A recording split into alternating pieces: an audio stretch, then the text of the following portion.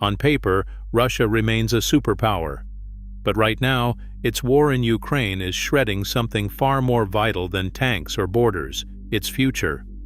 Military casualties have soared past 1 million, with daily losses sometimes topping 1,500 men. While emigration and low birth rates create a crisis no draft can solve. Putin's gamble is simple: grind down the enemy, whatever it costs his own people. But what happens when the sacrifice isn't sustainable, and 100 years of recovery may not be enough? Make sure you subscribe so you don't miss how this war could echo across generations. Russia entered the war in Ukraine already facing a shrinking future. The country's population stood at about 144 million, but the numbers beneath the surface told a more troubling story. Fertility rates had hovered between 1.5 and 1.7 children per woman for years, well below the 2.1 needed just to keep the population stable. That shortfall means every generation is smaller than the one before it, and the gap keeps growing. The United Nations and Russia's own statistical agency, Rosstat, both tracked this decline long before the first shots were fired in 2022. The COVID-19 pandemic only deepened the crisis, with excess deaths pushing the population lower still.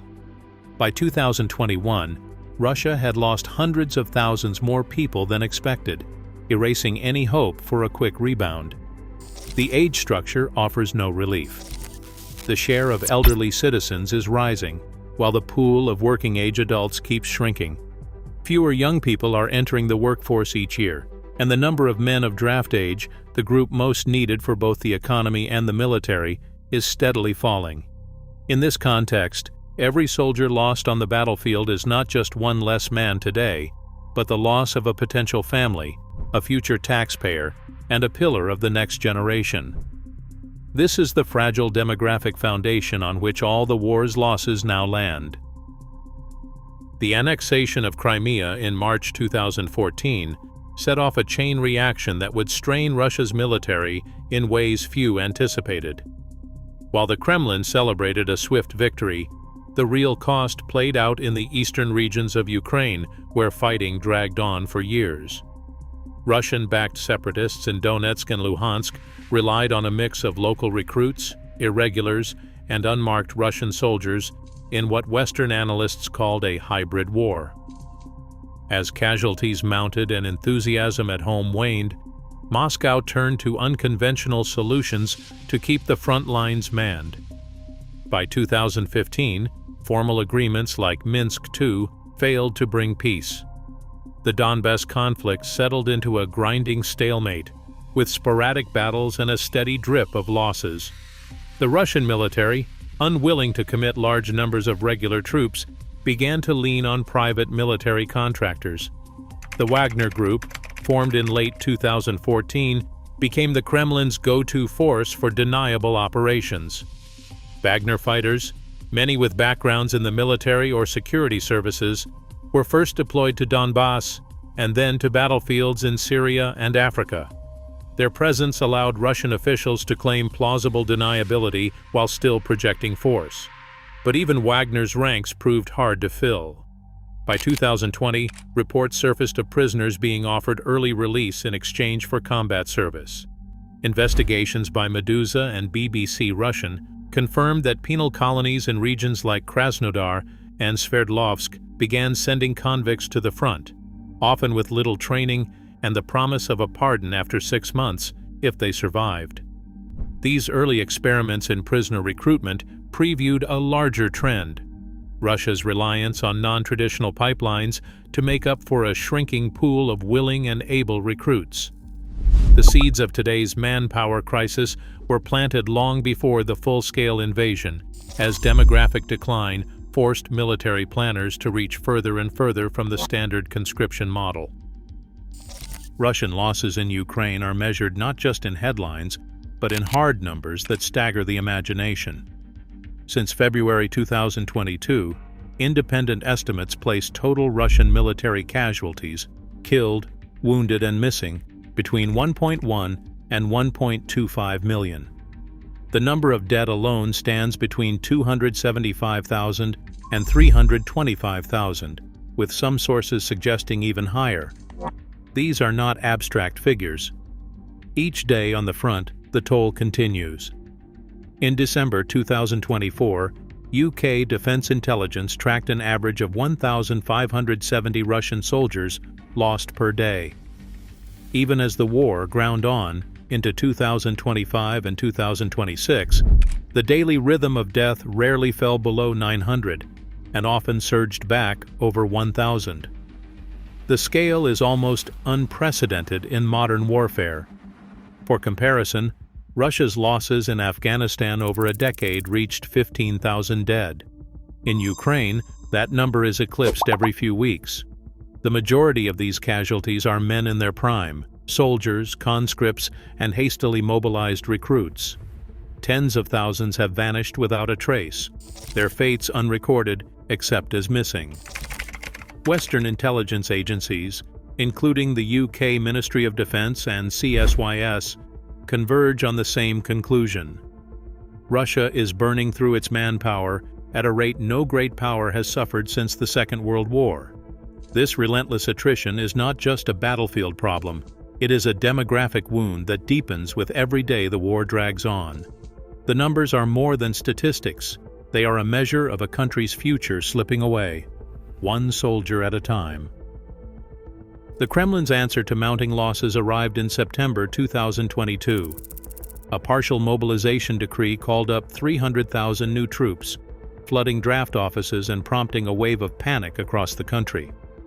But even this surge could not reverse the manpower drain. By early 2026, the balance sheet was unmistakable. Russia was losing more men each month than it could replace. In January alone, official estimates reported a deficit of about 9,000 soldiers, more lost on the battlefield than recruited through all channels combined. The gap is not just a matter of numbers. Regional data reveals how the burden falls unevenly. Republics like Buryatia and Tuva, along with southern oblasts such as Rostov and Voronezh, have sent a disproportionate share of their young men to the front. In some districts, entire age cohorts have been thinned out, leaving empty classrooms and shuttered businesses in their wake. The government has tried to plug the holes with contract enlistments, higher bonuses, and even more aggressive recruitment drives. Yet the monthly intake, often between 20,000 and 30,000 men, lags far behind the 35,000 or more lost in combat and through attrition.